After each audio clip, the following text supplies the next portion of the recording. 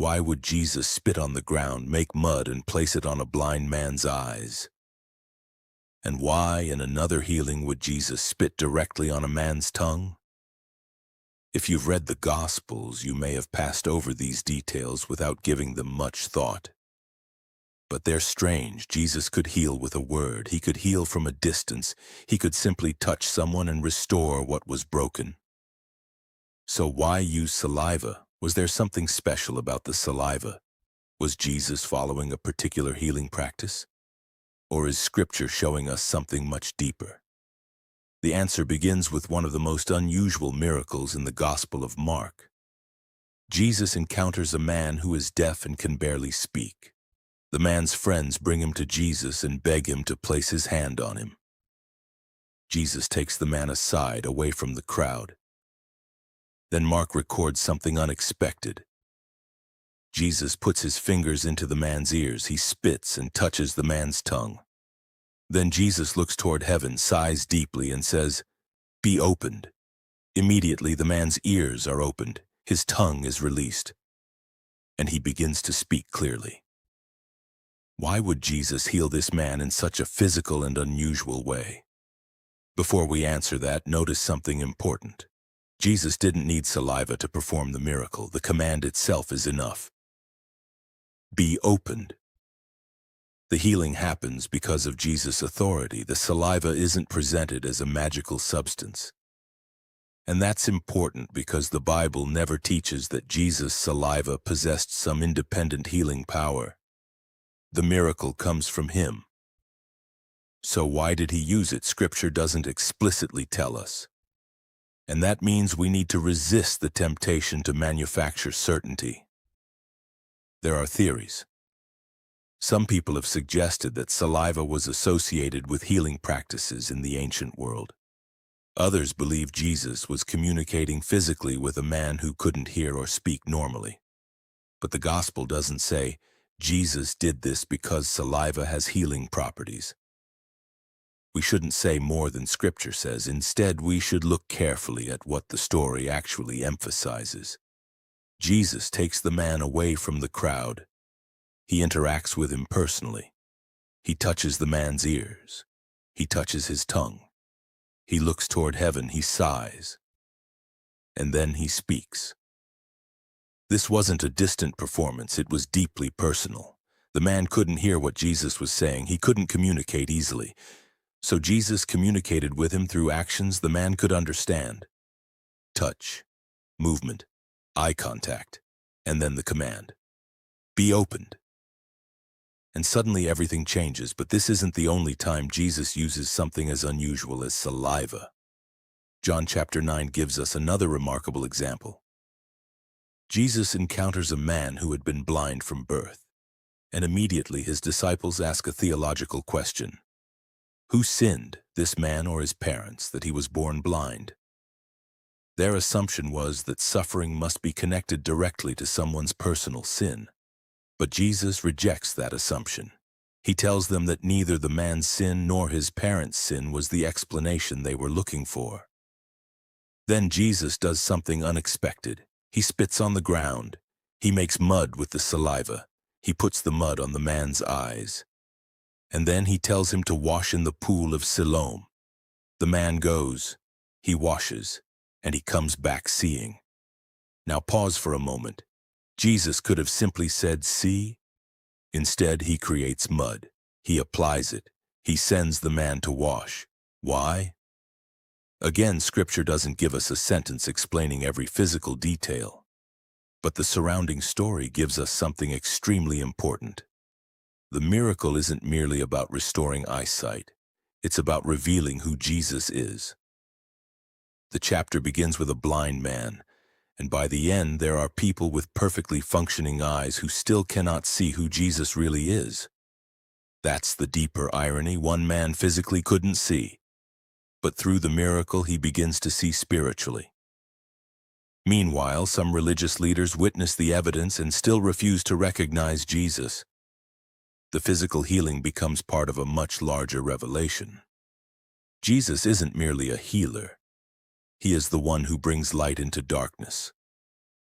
Earlier in John's Gospel, Jesus had already declared, "I am the light of the world," and now that claim is being demonstrated through a man who has lived in physical darkness since birth. But there's another fascinating detail. Jesus doesn't heal everyone in exactly the same way. Sometimes he speaks. Sometimes he touches. Sometimes people touch his clothing. Sometimes he heals from a distance. Sometimes he uses physical actions. There isn't a single healing formula. And that tells us something important about his authority. Jesus isn't dependent on a technique. The power isn't in the method. The power is in the person. If Jesus had healed every person in exactly the same way, someone might be tempted to focus on the technique. But the Gospels repeatedly redirect our attention toward him, his authority, his compassion, his identity, his kingdom. That's why the strange detail of Jesus using saliva shouldn't become a recipe for Christian healing. The New Testament doesn't tell believers to reproduce Jesus' actions by using saliva, mud, or any particular physical substance. The miracle points beyond the method. It points to the Messiah, and this becomes even clearer when we look at what happens immediately after some of Jesus' miracles. People don't simply say, "What an impressive healing technique." They begin asking, "Who is this?" That's the question the Gospels want us to ask. Who is Jesus? Because if Jesus is merely a teacher who discovered unusual healing methods, these stories are interesting historical accounts. But if Jesus is the Son of God, the miracles mean something infinitely greater. They are signs. John repeatedly describes Jesus' miracles as signs because they point beyond themselves. The healing of blindness points toward Jesus as the light of the world. The opening of deaf ears reveals his authority over what human beings cannot fix themselves. And his actions demonstrate something about the kingdom he came to bring. A world where brokenness will not have the final word. But there's something else worth noticing. Jesus often involved the person being healed in the process. In John's account, the blind man is told to go wash. He has to respond. In Mark, the deaf man's friends bring him to Jesus. These actions don't mean the people earned their miracles. They didn't. Jesus is still the source of the healing, but their response becomes part of the story. And that raises a question for us. What do we do when Jesus tells us to take a step we don't fully understand? The blind man could have looked at the mud on his eyes and thought, "This makes no sense." He could have refused to go to Siloam. Instead, he went. He washed, and he saw. The miracle wasn't produced by the water, it wasn't produced by the mud, it was Jesus who healed him. But obedience placed the man in the path of what Jesus had commanded him to do. And that's a pattern we see throughout Scripture. God often calls people to trust him before they can see the outcome. Noah builds before the rain. Abraham leaves before he knows the destination. Israel steps toward the Red Sea before the path opens. And this blind man walks toward the pool before his sight is restored. The point isn't that obedience forces God to perform miracles. It doesn't. The point is that faith sometimes means trusting God's instruction even when we don't understand the method. And perhaps that's one reason these strange details were preserved. They remind us that God's ways don't always look the way we expect. We want formulas. God gives us relationship. We want predictable methods. God calls us to trust him. We want explanations for every detail. Scripture sometimes gives us something different. Enough truth to trust while leaving some mysteries unexplained. So why did Jesus spit to heal? The most honest biblical answer is that Scripture does not explicitly tell us why he chose saliva in those particular moments. We know what he did. We know that the healing came through his authority. We know the physical actions were not magical formulas. And we can see that the miracles function as signs revealing something greater about Jesus. In Mark, the deaf man's ears are opened and his tongue is released. In John, the man born blind receives sight, And his physical healing becomes part of a much larger revelation about Jesus as the light of the world. The strange detail isn't there to teach us that saliva has supernatural power. It's there within stories that reveal the authority and identity of Christ. And perhaps the biggest lesson isn't actually about saliva at all. It's about how easily we can become fascinated by the method and miss the person behind the miracle. We can spend hours asking, why did Jesus use mud?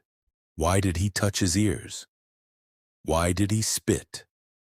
Those are interesting questions, but the Gospels ultimately lead us to a much more important one.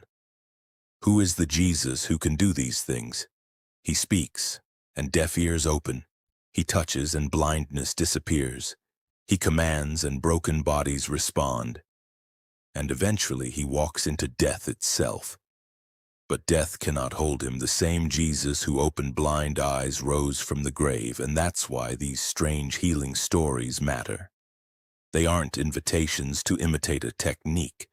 They're invitations to recognize the one performing the miracle. So if you've ever wondered why Jesus spit to heal, don't miss the bigger picture. The Bible doesn't give us every reason behind that unusual action. But it gives us something more important.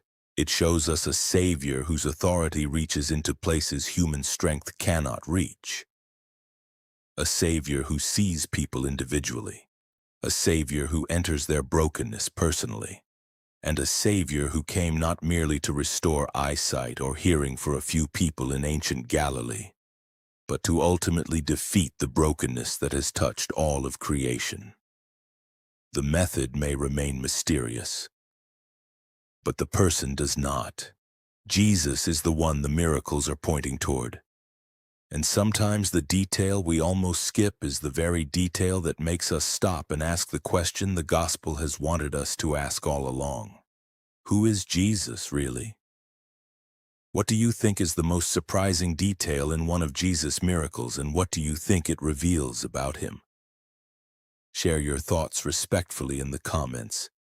And if you enjoy exploring Christianity's deepest questions through Scripture, consider subscribing.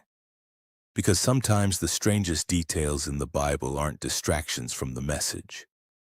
They're invitations to look closer.